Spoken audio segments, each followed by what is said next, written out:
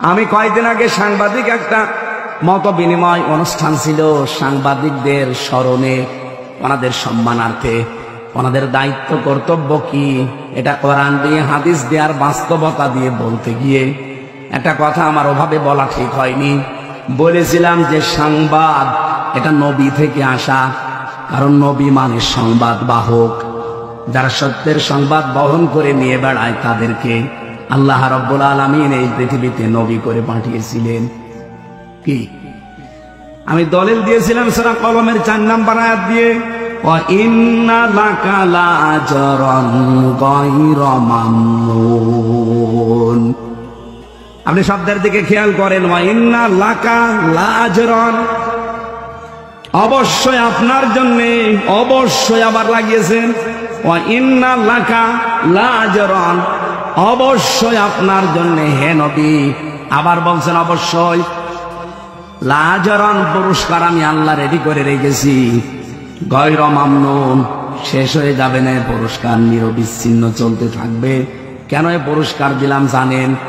কারণ আপনি এই যে সংবাদ আমি যেটা আপনাকে দেই, এই সত্য সংবাদগুলো আমার বান্দা বান্দীদের কাছে পৌঁছাতে গেলে যে কষ্ট পান, সত্য কথা তুলে ধরতে গেলে যে কষ্ট আসে, আঘাত আসে, যে জুলুম নির্যাতনের স্টিম রোলার আপনার দিকে আসতে থাকে, এগুলো মোকাবেলা করেও আপনি যে সত্য সংবাদ পৌঁছিয়ে দেন, এই কারণে আপনাকে আমি নিরবিচ্ছিন্ন পুরস্কার দেব।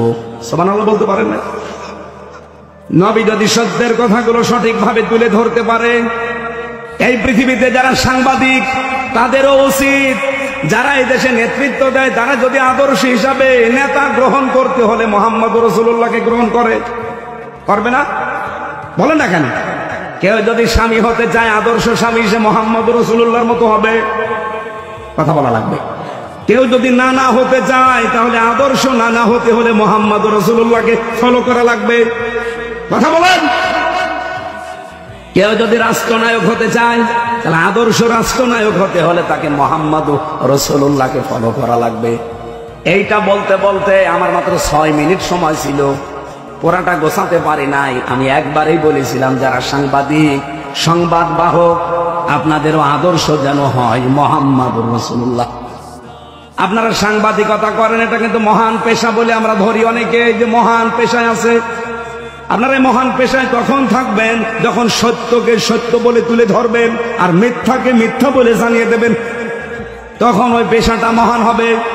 কিন্তু সাংবাদিকরা হয়তো অনেকে এখন ওই পথে নেই, তারা সত্য মিথ্যাকে মিশ্রণ করে একটা সংবাদ ছড়িয়ে দেয়, আর এটা সব চাইতে বেশি হয় বাংলাদেশে। এই কথা বলে না কেন?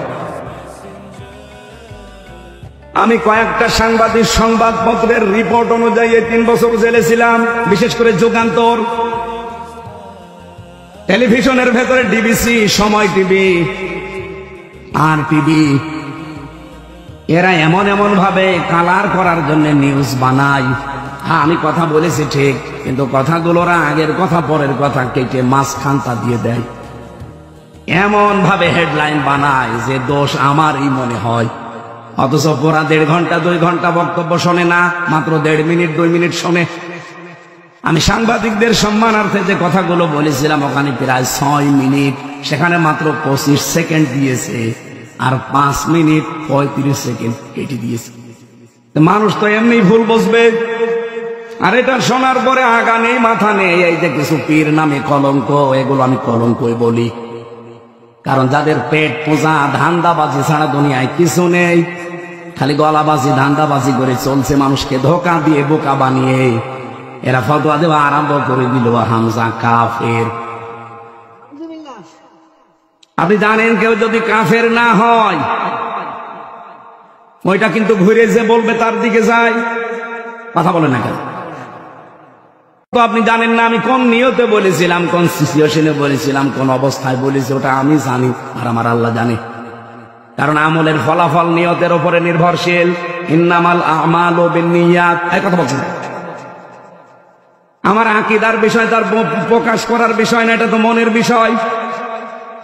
আমি রাসূলুল্লাহকে খাটো করার জন্য ওনাকে এই সংবাদ সম্মেলনে সাংবাদিকদের এই মত বিনিময় সবাই আমি ওনাকে সাংবাদিক বলে ডাক দিয়েছি না, আমি বলেছি রসুলও সংবাদ পৌঁছিয়েছেন, আপনারা যদি সংবাদ রসুলের মতো পৌঁছান আপনাদেরকেও আল্লাহ পুরস্কার দেবে। এই কথাটা ভুল কিসের? আপনি কাটছাট করে শুনলে তো ভুল মনে হবে।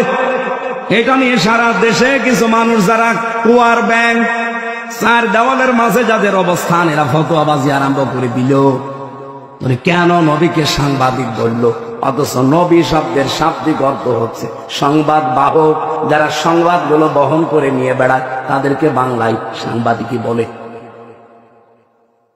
উনি আমারে বলছে আমি সাংবাদিক নবীকে বলি না, বলি মেসেঞ্জার।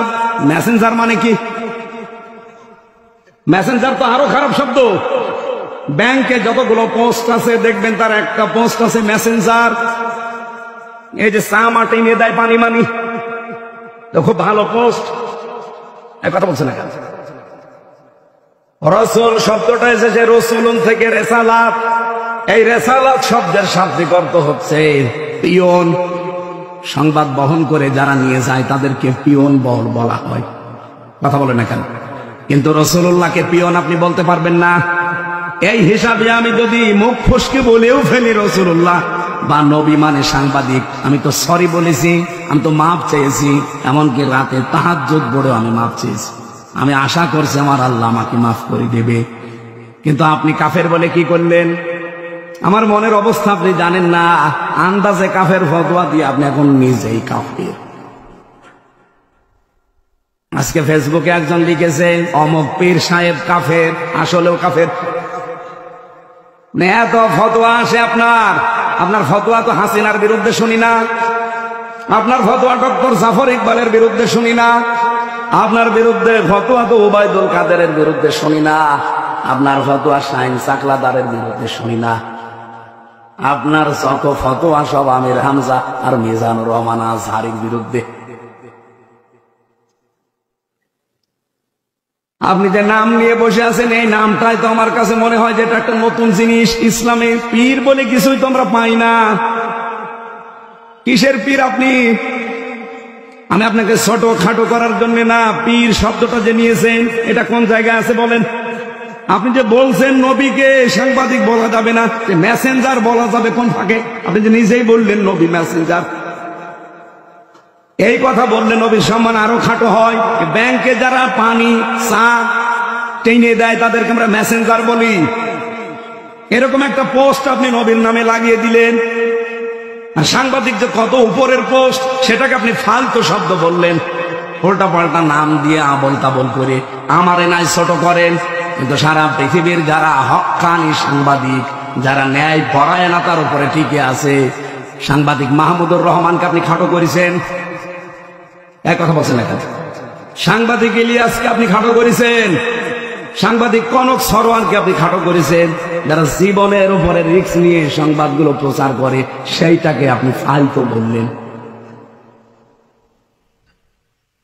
আমি যে কথা তুলেছিলাম এটা বোঝানোর জন্য বলছি, খেলাফতের দায়িত্ব পালন করা দরকার জমিনে।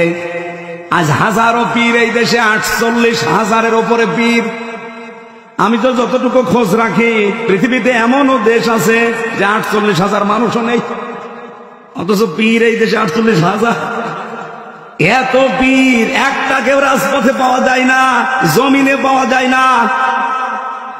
নর্থ সাউথ বিশ্ববিদ্যালয়ে কোরআনের উপরে লাঠি দিয়েছে, থুতু দিয়েছে, সেখানে ফতোয়াবাজি করতে পারো না। 48,000 পীর যদি একবারে রাজপথে নেমে বলে এর বিচার না হলে কেউ দরবারে ফেরত যাব না, বিচার কালকেই হবে। কোথায় আছেন আপনি? আপনি তো শুধু ভড়ি আর জব বানিয়ে ব্যস্ত আছেন। আপনি বলেন তো বাংলাদেশের একটা পীরকে দেখান যার ভড়ি বড় না, দেখান। আমি তো যতগুলো দেখেছি ওদের ভড়ি আর জহব্বা ছাড়া কিছু পাইনি। এত বড় বড় ভড়ি, যেটা ফতোয়াবাজি করে কাফের বলে, ওরও ভড়ি এরকম। চেয়ারে বসলে মনে হয় যে মাগুর মাছ, পেট মোটা মাছ।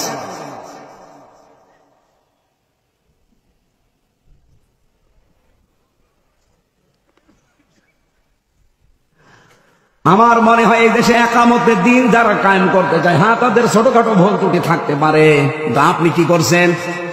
তাদের মতো এই 17 বছর জেল জুলুম সহ্য করেছেন, একটা বার জেলে গেছেন আপনি। রিমান্ড কি বসেন? 11 ঘন্টা আমার টাঙ্গিয়ে রেখেছিল উল্টো করি মাথায় দড়ি দিয়ে। আপনারা কয় ঘন্টা টাঙ্গিয়েছে? বলো রসুলের মর্যাদা রাখে না। রসুলের মর্যাদা ঠিক রাখতে গিয়েই তো 3 বছর জেল খাটলাম। আমি প্রথম তিনি যদি মেনে নিতাম যে ঠিক আছে বাবা শাহজালাল সব আলাম, 3 বছর না 3 ঘন্টা আমার জেলে থাকা লাগতো। কুষ্টিয়া থেকে যখন নিয়ে যাচ্ছিল প্রতিমুখ দিয়ে আমারে ছেড়ে দিতে, কারণ যাওয়ার সময় তো বারবার আমারে বলছিল ছাত্রলীগের শুধু ওলামা লীগ বলে একটা দল ছিল ওই সময়, ছিল না? ওই দলের সদস্য হবেন শুধু বিশ্ববিদ্যালয়, বাকি আপনার কিছু করা লাগবে না, কারণ আপনি আসলে আমরা অনেক মানুষ নিয়ে আসতে পারবো, এই ধান্দায় ছিল তারা। আমি একবারে কাটসাট বলেছিলাম না, আপনারা যা ইচ্ছা তাই করতে পারেন। মিথ্যা মামলা দিয়েছেন এটা আমি জানি, যে আরো দেন, কিন্তু আমি সত্যের উপরে যেটা আমি বুঝেছি এক চুলো আমারে নড়াতে পারবে না। রিমান্ডের পর রিমান্ড দিয়েছি, প্রথম 5 দিন দিয়ে হয়নি, আবার দিয়েছে 5 দিন। আর রিমান্ডে কি সরাসরি জায়গায় আয়না ঘরে নিয়েছে, মাটির নিচে। আমি দেখতাম ওই জায়গায় হঠাৎ রাত 2টার সময় 5-7 জন মুখ বান্ধা আমার পাশ থেকে একজনকে বলছে ওঠেন। ওঠেন মানে এখন বাজে রাত 2টা, কোথায় যাব? চলেন। ও মনে করছে ছেড়ে দেব, পরে বের করে নিয়ে খাঁচা থেকে হঠাৎ মাথার উপরে কালো কাপড় লাগিয়ে পেছনে হাত হ্যান্ডকাপ দিয়ে বেঁধে দিল। কান্নাকাটি করছিল মাটির নিচে। আমি সত্য কথা বলছি, এই যে কোরআন আমার সামনে। আমারে বলছে হামজা ভাই গেলাম, এরা যে কি করবে আমার বোঝা হয়ে গেছে। মুখ আমার যখন বেঁধে ফেলেছে কালো কাপড় দিয়ে, হাত যখন পেছনে বেঁধে ফেলেছে, 4-5 জন মিলে নিয়ে যাচ্ছে, তার মানে আমি বুঝে ফেলেছি আমার জীবনের শেষ দিন। এইরকম সিচুয়েশন আমি নিজে ফেস করে এসেছি। আর আপনি ফতোয়াবাজি করেন বসে বসে না।